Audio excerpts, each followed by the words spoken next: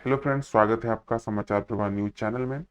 Bihar SSC, जिसका कि आप लोग सीजीएल का रिजल्ट का भी वेट कर रहे हैं, उसके द्वारा एक नोटिस जारी किया गया है एक नई वैकेंसी का। अब क्या है वो वैकेंसी, क्या क्या चीजें हैं, पूरी जानकारी आपको देने वाले हैं। चलिए वीडियो की शुरुआत करते हैं। उससे पहले चैनल पे नए हैं तो सब्सक्राइब करना जरूरी है, मैंडेटरी चीजें हैं, तो कर लीजिए सब्सक्राइब। आगे बढ़ते हैं। आप बिहार एसएससी की ऑफिशियल वेबसाइट खोलेंगे और सूचना पट में जाएंगे। यहाँ पे क्लिक करते ही एक नोटिस बोर्ड खुलेगा। यहाँ पे आप देखिए 16/5 के डेट में, जी नहीं, 15/5 के डेट में एक नोटिस जारी किया गया है 1/2023, यानी कि 2023 की पहली नोटिफिकेशन है। और यहाँ पे साफ साफ लिखा हुआ है important notice regarding advertisement number 1/2023, stenographer की वैकेंसी है। अब इस स्टेनोग्राफर की वैकेंसी का फुल जो व्यू एडवर्टाइजमेंट है ये पूरा देख लेते हैं। चलिए इस पे क्लिक करते हैं। क्लिक करते ही भाई साहब खुल के ओपन हो गए। ओपन होते ही क्या रामायण है इसके पीछे, क्या महाभारत है, जान लेते हैं। खुलने दीजिए, क्योंकि थोड़ा सा बीएसएससी पे लोगों का डाउट बढ़ गया है। क्योंकि थर्ड सीजीएल का जो धांधली इधर उधर हुआ, क्वेश्चन लीक हुआ, उसके बाद फिर से कैंसिल नहीं हुआ, बहुत हंगामे भी हुए, और एग्जाम होने के बाद रिजल्ट का कोई अता पता नहीं है, तो लोगों का भरोसा थोड़ा सा इस पे कम है। तो इस कारण से इस फॉर्म पे ज्यादा लोगों का ध्यान भी नहीं जा रहा है। तो अगर आप चाहते हैं भरना तो आप भर सकते हैं। अब चलिए इस पे बात करते हैं। यहाँ आप देख सकते हैं कि बिहार सचिवालय आशुलिपिक सेवा संवर्ग के आशुलिपिक पद मंत्रिमंडल सचिवालय राजभाषा विभाग बिहार पटना के अंतर्गत अनुदेशक आशुलेखन के रिक्त पदों पर नियमित नियुक्ति। ठीक है, ये है टोटल पोस्ट। आप देख लीजिए तो टोटल यहाँ पे 232 पोस्ट है, और 31 पोस्ट जो है ये बैकलॉग का है। यहाँ पे दिया गया है 36। अच्छा, ये 35% आरक्षण के अकॉर्डिंग है। तो जो 232 पोस्ट ये तो जनरल जो हम लोग कैंडिडेट हैं मेल्स के लिए उसके लिए है, और 35% जो क्षेत्रीय आरक्षण होता है उसके लिए है। तो टोटल लगभग यहाँ पे सीट हो जाएगा 263 पोस्ट के लिए। ठीक है, चलिए अब आगे बढ़ते हैं।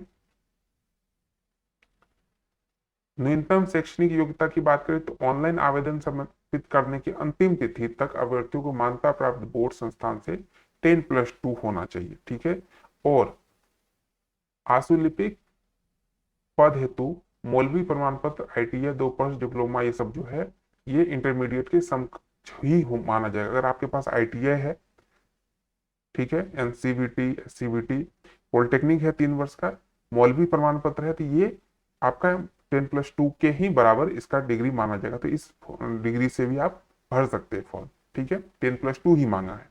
न्यूनतम तकनीकी योग्यता की बात करें तो ऑनलाइन आवेदन समर्पित करने के अंतिम तिथि तक अभ्यर्थियों को मान्यता प्राप्त संस्थान से उपरोक्त तालिका में वर्णित पदों विभागों के सामने उल्लिखित न्यूनतम तकनीकी योग्यता धारण करना अनिवार्य है। अब ऊपर क्या लिखा गया है ये भी देख लेते हैं। इसको थोड़ा सा बड़ा कर लेते हैं जिससे कि आपको अच्छे से दिख जाए। जैसा कि आप देख सकते हैं यहाँ पे अनुदेशक का जो पोस्ट है इसमें लिखा गया है तकनीकी योग्यता में आशु लेखन की गति 80 शब्द प्रति मिनट तथा हिंदी कंप्यूटर टाइपिंग की गति 30 शब्द प्रति मिनट तथा अंग्रेजी टाइपिंग 35 शब्द प्रति मिनट।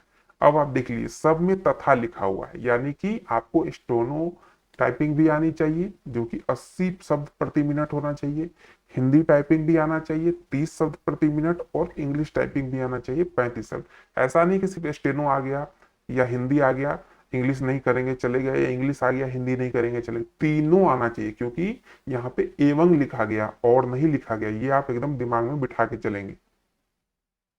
चलिए अब चलते हैं आगे। अब देखिए यहाँ पे ये जो दूसरा पोस्ट है आशुलिपिक का, इसमें ये है लेवल 6 का अनुदेशक का, और नीचे वाला जो है लेवल 4 की जॉब है।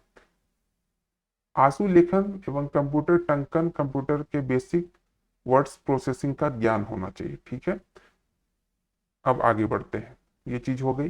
न्यूनतम तकनीकी योग्यता भी बता दिया, आरक्षण वही जो रहता है वही है। ठीक है, और आगे बढ़िए।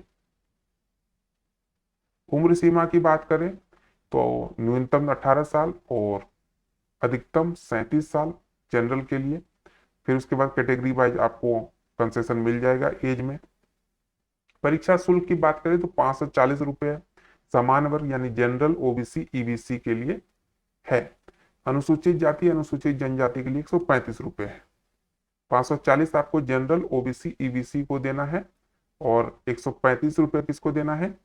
आपको अनुसूचित जाति, अनुसूचित जनजाति को। दिव्यांग लोगों के लिए 135, सभी महिलाओं के लिए 135 और उसके अलावा जो भी लोग बच गए उसके लिए 540।